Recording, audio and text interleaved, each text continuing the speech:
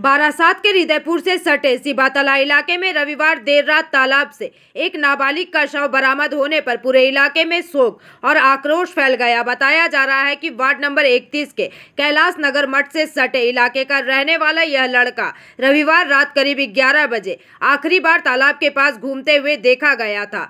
जब वह घर नहीं लौटा तो परिजनों ने पुलिस को सूचना दी। पुलिस ने सीसीटीवी फुटेज की मदद से उसकी तलाश शुरू की। तलाशी के दौरान लड़के के जूते भी तालाब में मिले। वहीं देर रात पुलिस ने खोजी कुत्ते की मदद से तालाब से सबको बरामद किया। घटना के बाद स्थानीय लोगों ने गुस्सा जताते हुए कहा कि वे लंबे समय से वार्ड की मेयर शुक्ला घोष से तालाब की सफाई और सुरक्षा की मांग कर रहे थे, लेकिन कोई कार्यवाही नहीं हुई। लोगों का आरोप है कि यदि तालाब की घेराबंदी और नियमित सफाई होती तो यह दुर्घटना टाली जा सकती थी। फिलहाल शव को पोस्टमार्टम के लिए बारासात अस्पताल भेजा गया है और पुलिस मामले की जांच में जुटी है। 10টার সময় ওর বাবা আমাকে ফোন করেছিল, 10টা থেকে 10:30টার মধ্যে। ওর বাবার নাম অভিজিৎ, কৈলাসনগরের বাড়ি। ফোন করে দাদা আমার ছেলেকে পাওয়া যাচ্ছে না, সব জায়গায় খুঁজছি, তুমি একটু তোমাদের যত গ্রুপ আছে ওই গ্রুপে একটু সেন্ড করবে। তাই বলে ওর ফটো আর কিছু SMS আমাকে পাঠিয়েছিল।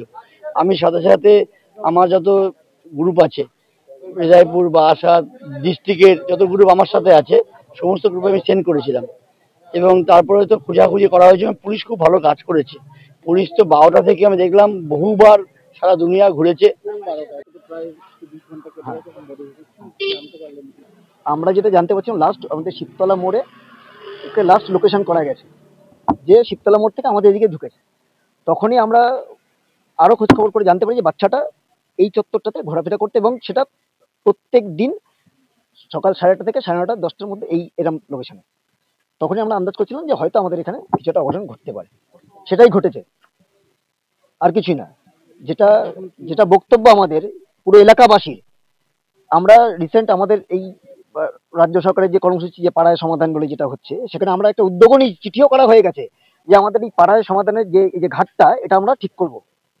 হ্যাঁ, তো এটা আমাদের দাবি যে ঘাটটাকে আগে ঠিক করা হোক। দীর্ঘদিন কোন রকম রাজনৈতিক রং না দেখে এই ঘাটটাকে আগে ঠিক করা হোক। আমাদের রেল লাইন পরে প্রচুর বাচ্চারা এসে এখানে ঝাঁপ টাপ দেয়, স্নান করে, তাদেরকে আমরা প্রত্যহ বারণ করি। 31 নম্বর ওয়ার্ড, শুক্লা ঘোষ। অনেকবার বলছি যে কাকিমা এই ঘাটটাকে আপনি একটু সংস্কার করার ব্যবস্থা করুন। ওনাকে বললে উনি বলেন যে ওনার যে ল্যাডের যে টাকা সেটা নাকি পাচ্ছেন না, তাই উনি করতে পারেন না। বামফ্রন্টের কাউন্সিলর আমাদের বারাসাত পৌরসভা। আমরা কোনো বামফ্রন্ট, তৃণমূল, কংগ্রেস, CPM বলে বিষয় না। আমরা বলছি যে এই ঘাটটা। Bureau report, PVTV news. Raniganj में इतने लग्जरी रूम, वो भी इतने कम प्राइस में।